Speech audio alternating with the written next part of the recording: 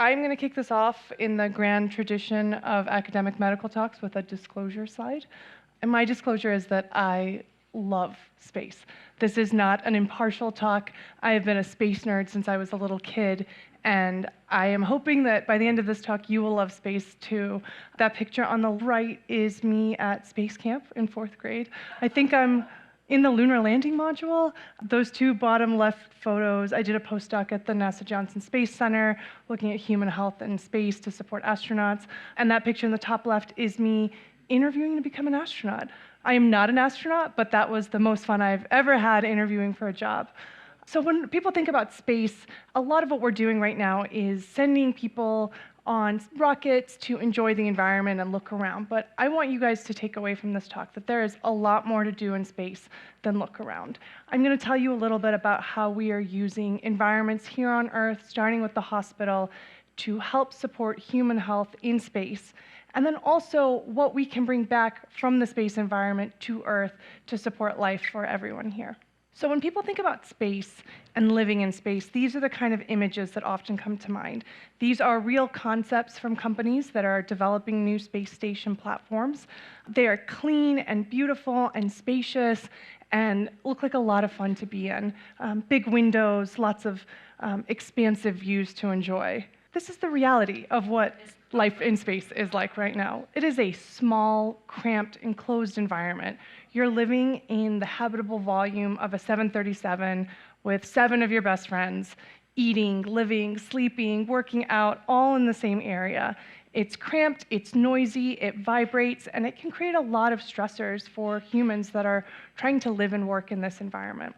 Fortunately, we have a lot of environments here on Earth that we can learn from to help us support behavioral health and performance in space.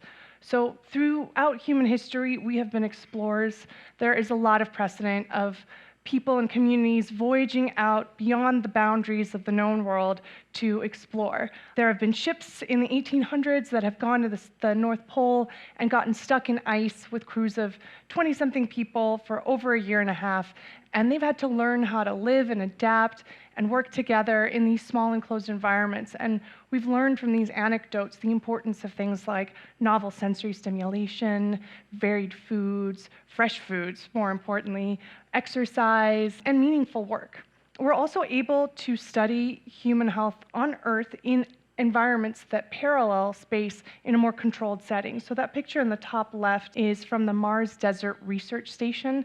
It's what we call a space analog, or an environment that replicates some of the conditions of living and working in isolation and prolonged confinement. We actually take a group of students out to this site every year and run a week-long simulation with them where they conduct medical operations as if we were on Mars.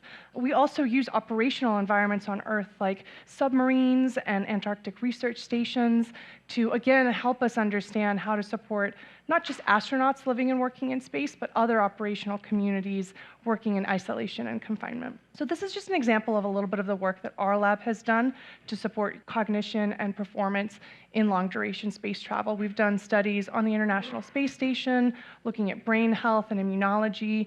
We've worked in other analog environments. That one is at the NASA Johnson Space Station. It's a moon analog, and people will live there for anywhere between 3 and 6 months. We've done studies on parabolic flights.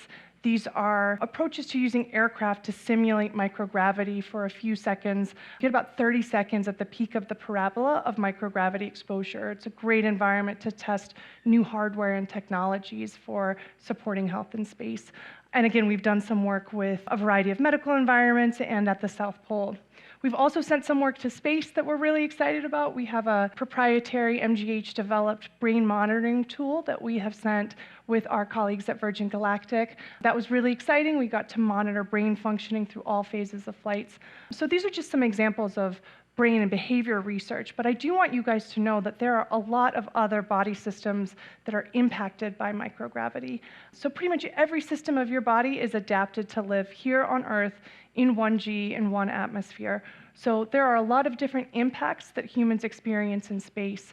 We are developing a new approach to supporting human health by thinking about these systems not independently and in parallel, but in an integrated way, and thinking more across the care paradigm.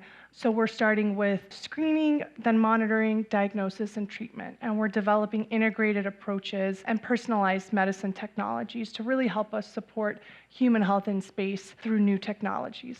So our work, while it seems oriented mostly at supporting astronauts and humans in these isolated and confined environments, always ties back to taking care of patients on Earth. We're based at the hospital. Our imperative is to support our patients and to deliver great health care to everyone and make that more accessible. So our goal is always to translate any of our findings from space to communities on Earth. And anything we learn in space can be generalized to supporting people in remote or resource-limited settings and in isolation and confinement as well. So hopefully you understand a little bit more now about what it takes to support humans living in space and how we bring insights from the hospital into space to take care of flyers. But you might be wondering, what are people doing in space once you get there? What kind of things can we accomplish that we can bring back to Earth and help us here and improve healthcare for everyone? Well, actually, it turns out that the microgravity environment has unique impacts on cells and tissues that we can leverage for novel biology and new discoveries.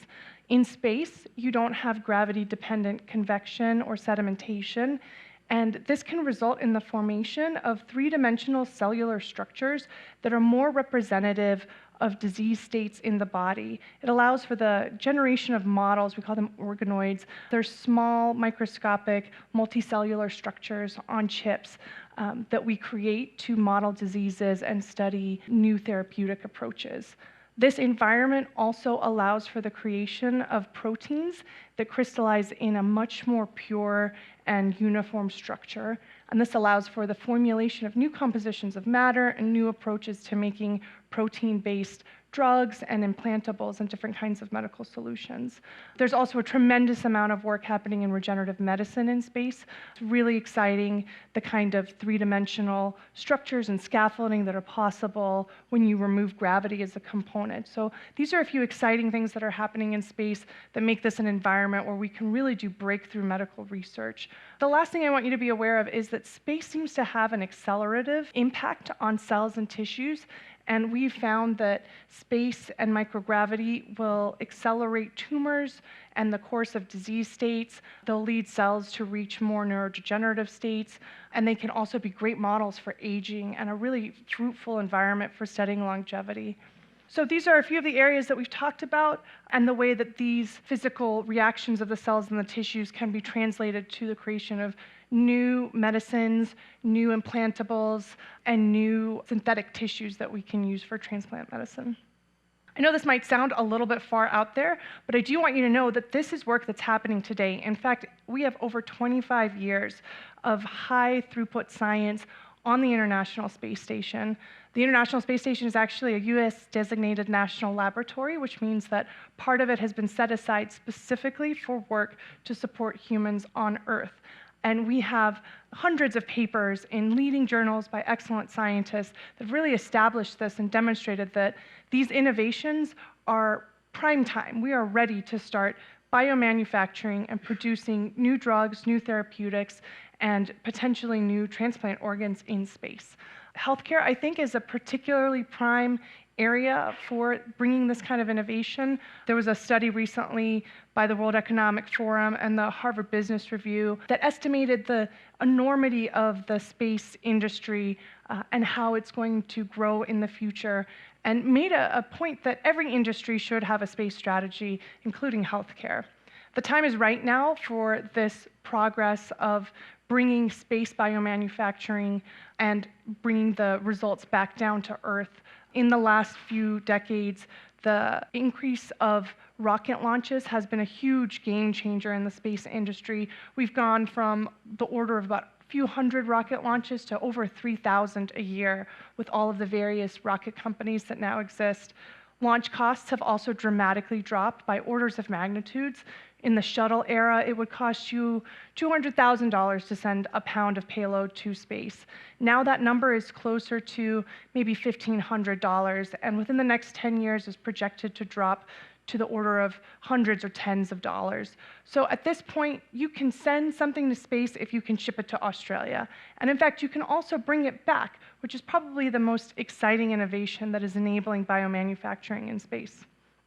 We also have a lot of locations to now send all of this technology to and do this exciting, innovative work. So there's been a wide proliferation of different space station companies and concepts that are creating the future factories of production in space.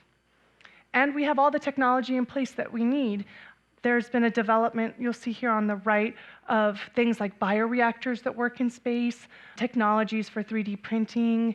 That picture on the left there is an automated cube lab that translates laboratory processes that we can do here on Earth into the microgravity environment. So really exciting innovations that enable this kind of work and make this advanced biomanufacturing a real possibility. In our group, we have started with the disease modeling I told you about. That's the area we've been focusing on.